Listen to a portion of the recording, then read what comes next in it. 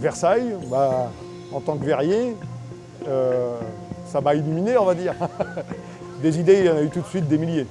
Versailles dans les yeux d'un jeune de 20 ans à peine. Qu'est-ce que ce palais royal peut inspirer à une génération qui vit à plusieurs centaines de kilomètres de là, et bien dans son 21e siècle? J'avais peur de tomber dans le vieillot un peu. J'avais peur qu'on puisse pas faire des choses bien modernes, bien contemporaines.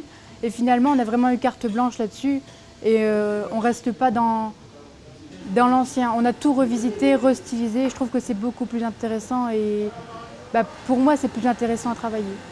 6 mois plus tôt, les élèves du lycée Le Corbusier de Tourcoing prenaient possession d'un projet de l'éducation nationale. Monter une exposition en parallèle de Versailles en 100 chefs-d'œuvre, en ce moment aux Beaux-Arts d'Arras.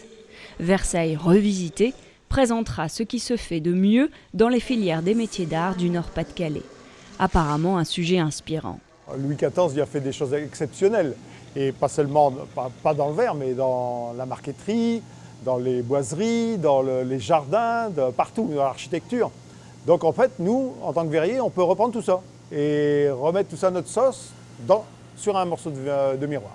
Un éclat de verre, une couleur, un reflet, 1000 reflets. Il y a tout ça dans la revisite de Versailles version Le Corbusier.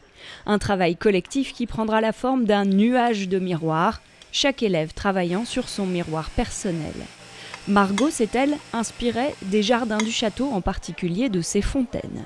J'ai un goût particulier pour les bulles et j'ai voulu travailler sur les bulles qui peuvent flotter à la surface des fontaines à cause des jets et travailler sur la stylisation d'un poisson rouge.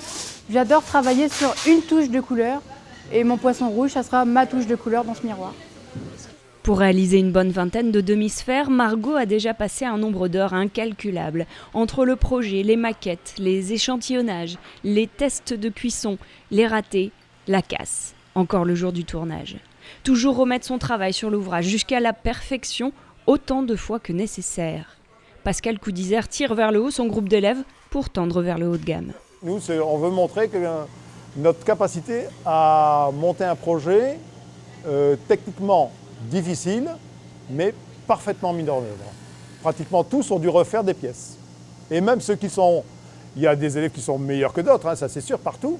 Même un très bon élève peut avoir fait une belle pièce et au dernier moment la casser et il faut la refaire.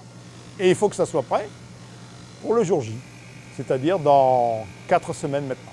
Je pense que quand il sera au musée, on sera tous fiers d'avoir abouti ce projet de A à Z. C'est au péristyle des Beaux-Arts d'Arras que l'œuvre des verriers sera exposée en compagnie du travail des autres sections des métiers d'art.